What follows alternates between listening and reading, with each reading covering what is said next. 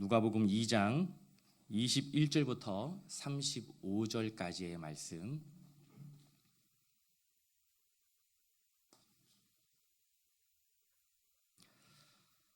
누가복음 2장 21절부터 35절까지의 말씀을 다 찾으신 줄 알고 우리 한 절씩 함께 교독합니다. 제가 먼저 읽겠습니다. 할례할 8일이 되매 그 이름을 예수라 하니 곧 잉태하기 전에 천사가 일컬은 바로라. 정결례식의 날이 차매 아기를 데리고 예루살렘에 올라가니 이는 주의 율법에 쓴 바 첫 해에 처음 난 남자마다 주의 거룩한 자라 하니라. 한 대로 아기를 주께 드리고 또 주의 율법에 말씀하신 대로 산비둘기 한 쌍이나 혹은 어린 집비둘기 둘로 제사하려 함이더라. 예루살렘에 시므온이라 하는 사람이 있으니 이 사람은 의롭고 경건하여 이스라엘의 위로를 기다리는 자라. 성령이 그 위에 계시더라. 그가 주의 그리스도를 보기 전에는 죽지 아니하리라 하는 성령의 지시를 받았더니 성령의 감동으로 성전에 들어가매 마침 부모가 율법의 관례대로 행하고자 하여 그 아기 예수를 데리고 오는지라. 시몬이 아기를 안고 하나님을 찬송하여 이르되 주제여 이제는 말씀하신 대로 종을 평안히 놓아 주시는도다. 내 눈이 주의 구원을 보았사오니 이는 만민 앞에 예배하신 것이요 이방을 비추는 빛이요 주의 백성 이스라엘의 영광이니이다 하니 그의 부모가 그에 대한 말들을 놀랍게 여기더라. 시몬이 그들에게 축복하고 그의 어머니 마리아에게 말하여 이르되 보라 이는 이스라엘 중 많은 사람을 패하거나 흥하게 하며 비방을 받는 표적이 되기 위하여 세움을 받았고 함께 씁니다. 또 칼이 내 마음을 찌르는 듯 하리니 이는 여러 사람의 마음의 생각을 드러내려 함이니라 하더라. 아멘. 지난주 말씀이었죠. 성령의 충만함을 받게 된 사가랴는 하나님의 뜻과 계획에 대하여 세 가지 사실을 알게 되었습니다. 그 첫 번째는 하나님과 관계가 끊어져서 영원히 죽을 수밖에 없는 우리의 죄가 예수 그리스도의 대속의 사건으로 인하여 죄사함으로 이루어지는 구원을 받게 되었다는 것입니다. 두 번째는 하나님께서 예수님을 통하여 이루시는 그 구원은 우리의 의와 우리의 열심과 우리의 노력이 아니라 오직 하나님의 긍휼의 은혜의 결과라는 것입니다. 여러분, 아침에 해가 뜨는 것 그 어느 누구도 막을 수 없는 것처럼 결코 피할 수 없는 불가항력적인 하나님의 주권과 긍휼의 은혜로 인하여서 성도인 우리는 구원이라고 하는 이 놀라운 선물을 받게 된 것입니다. 마지막으로 하나님의 긍휼에 대한 구원으로 인하여 죽음의 그늘 아래에 앉아있는 우리는 평강의 길로 인도함을 받았습니다. 다시 말해 구원받은 성도는 평안을 누리며 살아간다는 것입니다. 다른 성도 여러분, 제가 일부 예배 때도 여쭤봤는데 여러분들에게도 여쭤보겠습니다. 평안하십니까? 근데 여러분 표정이요, 사망의 그 음침한 그늘의 아래에 앉아있는 그런 분들의 표정이에요. 다시 한번 여쭤볼게요. 여러분 평안하십니까? 여러분 제가 좀 평소보다 좀 밝게 보이지 않습니까? 여러분 아멘, 감사합니다. 관심 없으신 분도 계실지 모르겠는데 저는 지난주 휴가를 다녀왔습니다. 장마를 앞두고 걱정을 많이 했어요. 비가 일주일 내내 온다고 하는데 비 맞으면서 휴가 보내고 싶지 않았었거든요. 그런데 감사하게도 너무나 좋은 날씨를 허락해 주셨고 우리 성도님들께서 기도해 주신 덕분에 건강하고 안전하고 쉼이 되는 휴가를 보내고 왔습니다. 특별히 감사한 것은 우리 고노영 목사님께 다시 한번 감사의 말씀을 드립니다. 목사님께서 강단을 지켜주셔서 제가 마음 편히 휴가를 다녀올 수 있었어요. 그런 의미에서 말씀드리는 것은 내년 휴가가 저는 벌써부터 기대가 되어집니다. 여러분, 우리가 평안을 누릴 수 있는 것은 당장 내일 휴가를 떠날 수 있는 것과는 비교할 수 없는 일이죠. 하나님의 백성으로서 구원받은 성도들이 날마다 낙심과 불안이 아닌 평안을 누리며 살아가야 하는 이유는 하나님께서 우리의 아버지가 되어주시기 때문입니다. 그리고 우리의 노력과 우리의 열심과 우리의 헌신에 대한 결과가 아니라 하나님의 긍휼의 은혜로 우리에게 구원이라는 이 위대한 선물을 허락해 주셨기 때문인 줄 믿습니다. 여러분 평안하십시오. 평안하십시오. 날마다 주님께서 주시는 그 평안함 속에서 살아갈 수 있기를 예수님 이름으로 축원드립니다. 아멘. 오늘 우리가 순서상 누가복음 2장 1절부터 20절까지 말씀을 살펴보는 것이 맞는데요. 누가복음 2장 1절부터 20절까지 말씀은 올 연말 우리 성탄절 때 함께 살펴보기로 하고, 오늘은요 예수님께서 태어난 그 이후의 이야기를 함께 말씀을 통해 묵상해 보고자 합니다. 우리 함께 말씀 볼까요? 누가복음 2장 21절과 22절 말씀입니다. 우리 함께 읽습니다. 할례할 8일이 되매 그 이름을 예수라 하니 곧 잉태하기 전에 천사가 일컬은 바라라. 모세의 법대로 정결 예식의 날이 참에 아기를 데리고 예루살렘에 올라가니. 마리아는 이제 막 태어난 아기 예수와 함께 베들레헴에서부터 약 10km 거리에 떨어져 있는 예루살렘까지 이동하였습니다. 왜 그렇습니까? 하나님께서 모세에게 주신 그 율법대로 할례를 받기 위함이었습니다. 여러분, 이스라엘 가운데 아이가 태어나게 되면, 남자아이가 태어나게 되면 8일째 되는 날 반드시 할례를 받아야 합니다. 여러분, 할례가 무엇이지요? 여러분 다 알고 계시죠? 여러분, 할례라는 것은 태어난 남자아이의 생식기의 그 겉표피를 칼로 잘라내는 것입니다. 다시 말해 타고난 죄를 단절하여 잘라버리고 이제는 하나님의 백성으로, 언약의 백성으로 한평생 살아가야 한다는 사실을 자신의 몸에 난 그 상처를 볼 때마다 기억할 수 있도록 할례를 행하는 것입니다. 요한도 태어난 지 8일째 되는 날 할례를 행하였습니다. 그런데 여기서 우리가 한 가지 생각해 볼 것이 있습니다. 여러분, 할례는 타고난 죄를 단절하여 잘라버리는 의미가 있는 것이라고 제가 말씀을 드렸습니다. 그렇다면 아기 예수님에게 죄가 있는 것입니까? 여러분 자신 있게 대답하세요. 여러분 아멘? 아멘은 어떤 것에 대한 아멘입니까? 죄가 있습니까? 없습니까? 없죠. 권사님 복 받으실 거예요. 감사합니다. 여러분, 예수님에게는요 죄가 없습니다. 그럼에도 불구하고 죄가 없으신 그 예수님께서 율법에 기록된 할례를 받아야 하는 이유는 과연 무엇일까요? 우리 함께 말씀 볼까요? 갈라디아서 4장 4절과 5절입니다. 갈라디아서 4장 4절과 5절 말씀 우리 함께 있습니다.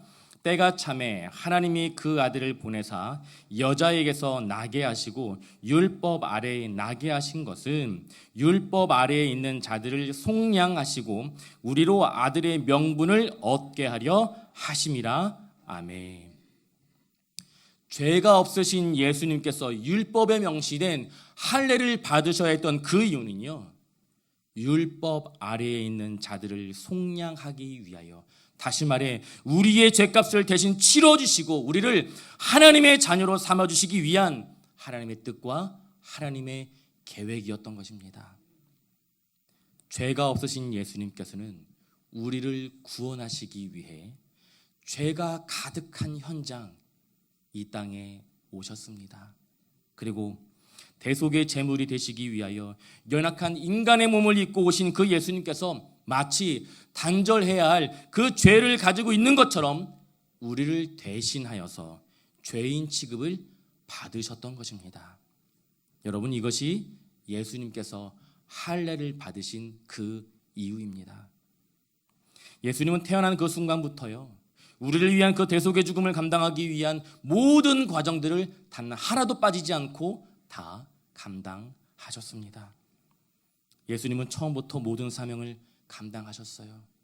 단 한 가지도 허투루 여기거나 피한 일이 없으셨습니다. 성도인 우리 또한 아무리 우리에게 주어진 삶과 환경이 어렵고 힘들다 하여도 우리에게 주어진 사명을 피하지 않고 감당해야 하는 이유가 바로 여기에 있는 줄 믿습니다. 예수님께서도 피하지 않고 모든 사명을 다 감당하셨습니다. 바라고 간구하는 것은 저와 여러분들에게 주어진 그 사명, 어떠한 아픔과 어떠한 고통과 어떠한 눈물의 시간들이 여러분 삶 가운데 놓여 있는지 저는 알 수 없으나, 그러나 우리 하나님께서 주시는 그 은혜와 성령의 능력으로 온전히 주신 사명 넉넉히 감당할 수 있기를 예수님 이름으로 축원드립니다. 하나님께서 천사 가브리엘을 통하여 주신 말씀에 순종하여 마리아와 요셉은 태어난 아이의 이름을 예수라고 정하였습니다. 여러분, 예수의 뜻이 무엇인가요? 하나님은 구원이시다. 구원자 되시는 하나님을 증거하기 위해 예수라는 이름이 주어진 것입니다. 여러분, 예수님은요, 하나님께서 우리의 구원자 되심을 온몸으로 보여주시는 삶을 살아내셨습니다. 이 자리에 있는 저와 여러분들 또한 이와 같은 사명이 주어진 존재입니다. 예수 그리스도를 믿고 그리스도인으로 살겠다고 결심한 우리의 삶을 통하여서 하나님께서 우리의 구원자 되심을 세상 가운데 온전히 증거하는 삶이 되길 예수님 이름으로 축원드립니다. 아멘. 오늘 본문의 말씀 우리에게 한 명의 사람을 소개하고 있는데요, 바로 시므온입니다. 우리 누가복음 2장 25절 말씀, 누가복음 2장 25절 말씀 우리 함께 했습니다.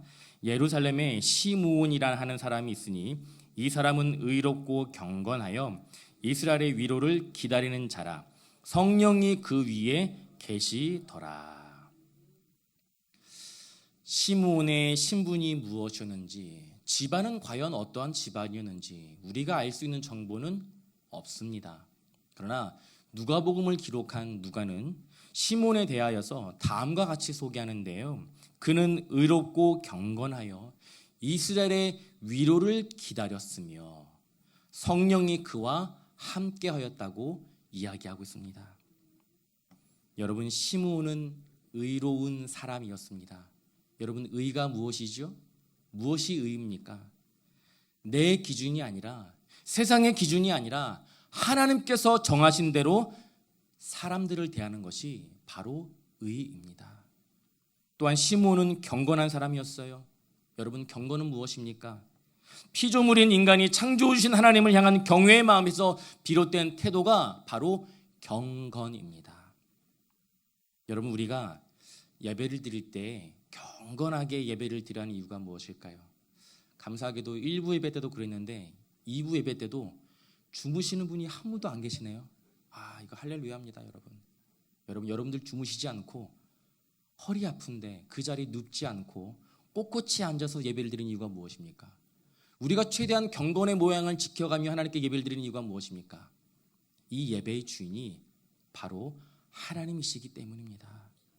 지금 이 순간 하나님께서 우리와 함께하고 계심을 인지하고 우리가 드리는 이 예배를 창조주 되신 하나님께서 받으신다는 사실을 우리가 인지하고 있기 때문에 우리는 경건한 마음으로 하나님께 예배를 드리기 위해 애를 쓰고 노력하는 것인 줄 믿습니다.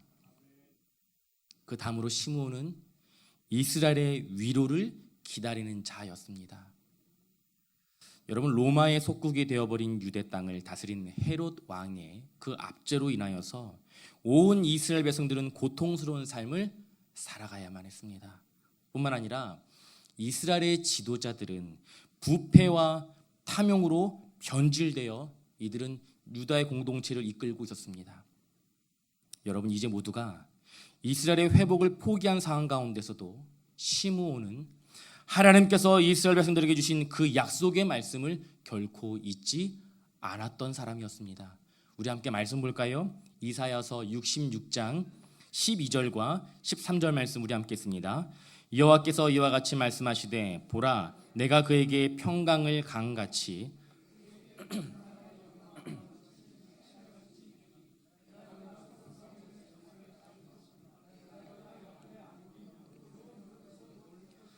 어머니가 자식을 위로함 같이 내가 너희를 위로할 것인즉 너희가 예루살렘에서 위로를 받으리니.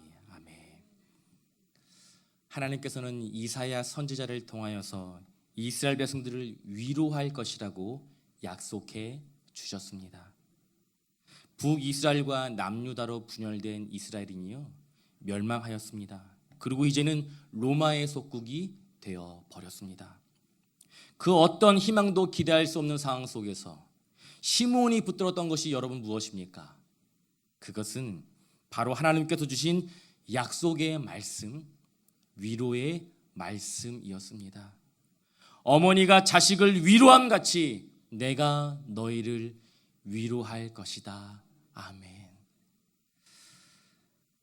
여러분, 우리 교회는 2번의 아픔을 겪었습니다. 도저히 회복을 기대할 수 없는 그런 상황 속에서 우리가 붙들어야 할 것이 과연 무엇일까요? 동일합니다. 바로 하나님께서 우리에게 주신 약속의 말씀입니다. 내가 너희를 위로할 것이다. 올가을 우리는 이 약속의 말씀을 붙들고 3번의 집회를 드릴 예정입니다. 내가 너희를 위로할 것이다. 살아계신 하나님의 위로와 격려로 인하여서 그동안의 아픔과 상처 그리고 눈물이 온전히 치유되어지고 회복되어지길 간절히 소망합니다.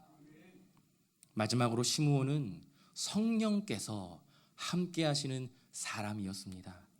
오늘 본문의 말씀인 25절과 26절 그리고 27절을 보게 되면 시므온에게 성령께서 함께 하셨으며 성령의 지시를 받았고 성령의 감동을 받았다고 무려 3번이나 강조하고 있습니다. 여러분, 성령께서 함께 하셨고 성령의 지시를 받았고 성령의 감동을 받게 된 그 시므온에게 일어난 일이 무엇입니까? 우리 함께 말씀 볼까요? 누가복음 2장 26절부터 28절까지의 말씀 함께 했습니다.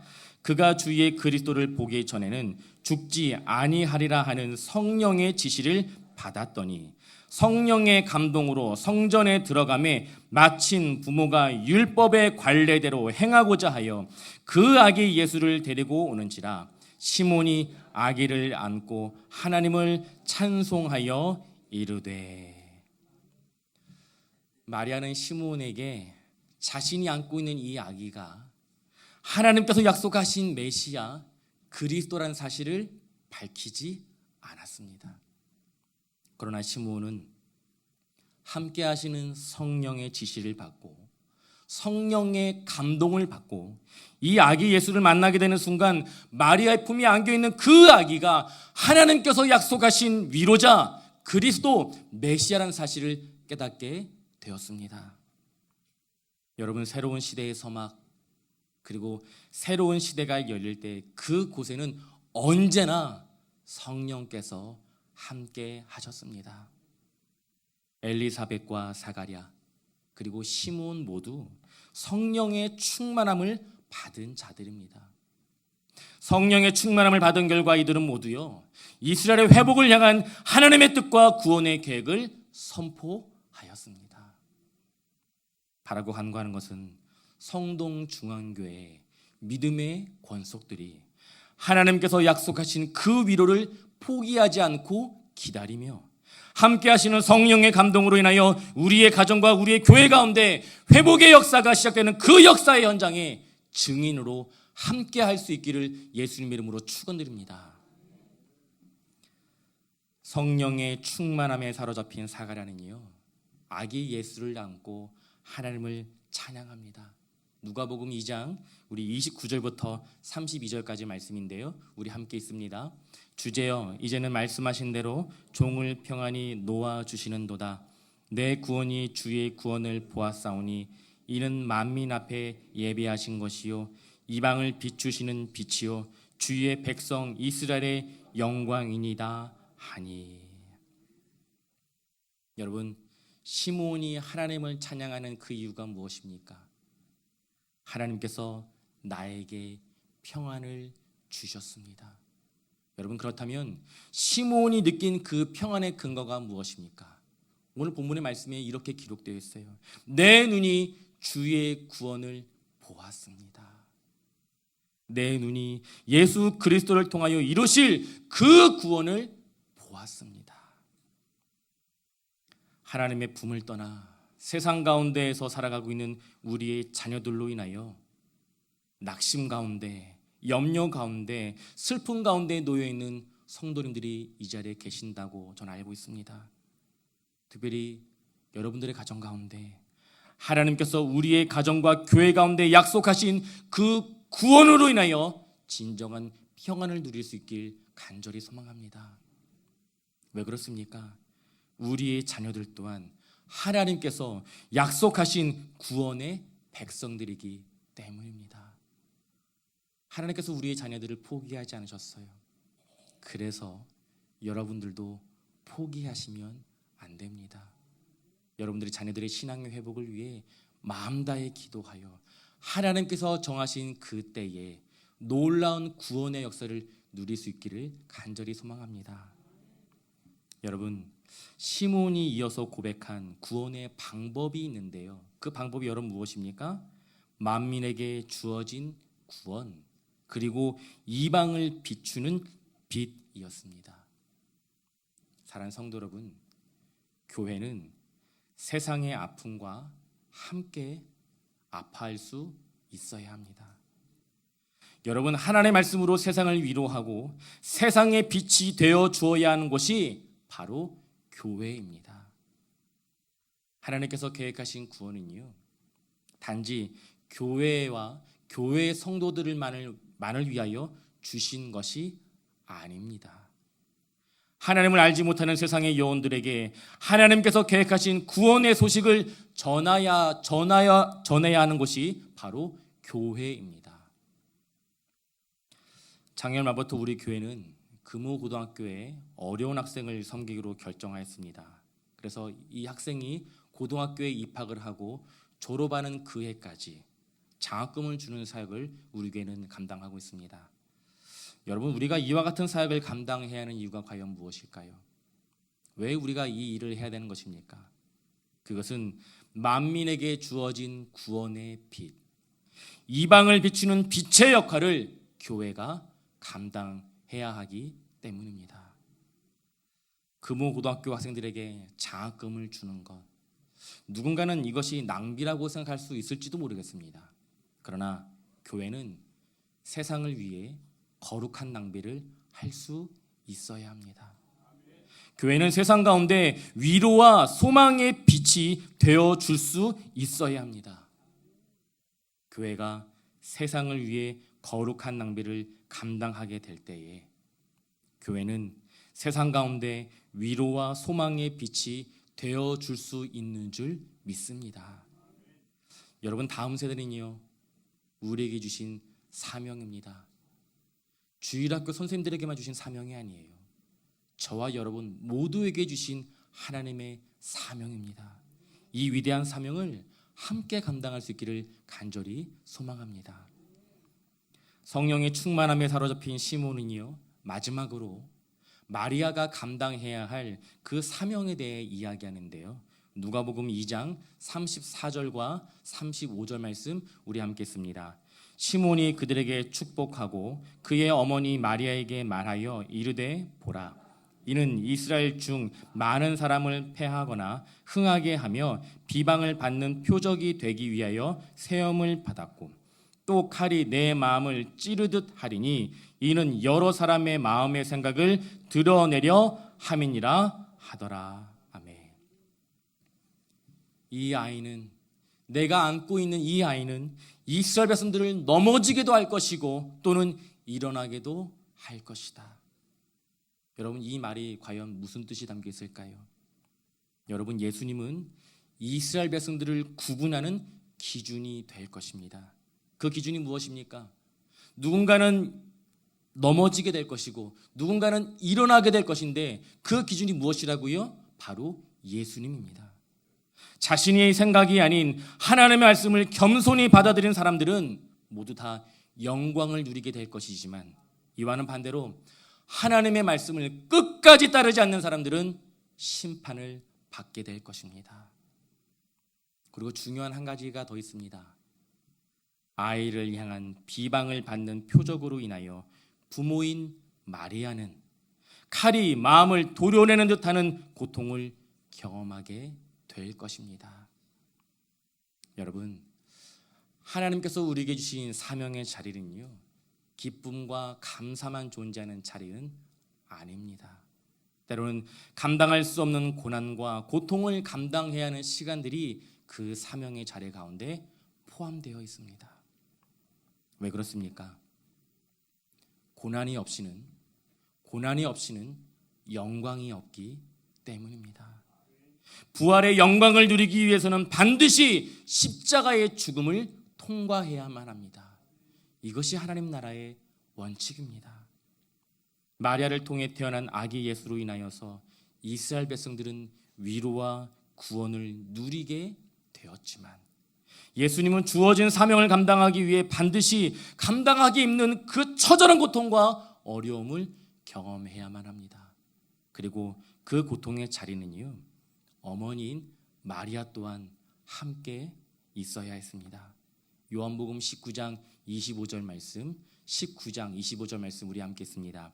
예수의 십자가 곁에는 그 어머니와 이모와 글로바의 아내 마리아와 막달라 마리아가 섰는지라. 여러분, 예수님께서 십자가에 달려 돌아가시는 그 현장에 누가 있었습니까? 바로 예수님의 어머니인 마리아가 함께하고 있었습니다. 자신의 아들이 채찍질 당하여 온몸이 찢겨지고 머리에는 가시관을 쓰고 십자가를 짊어지고 걸어가는 그 모습을 어머니인 마리아는 자신의 두 눈으로 바라보아야 했습니다.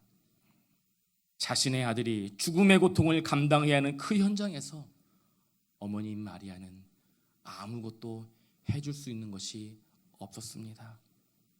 그저 아들을 바라보며 눈물을 흘리는 것, 이것밖에는 할 수 있는 것이 없었습니다. 여러분, 그때 그 마리아의 심정이 어떠했을까요? 제가 지난주에 저희 그 가정의 둘째 아이가 아팠던 이야기를 잠시 해드렸습니다.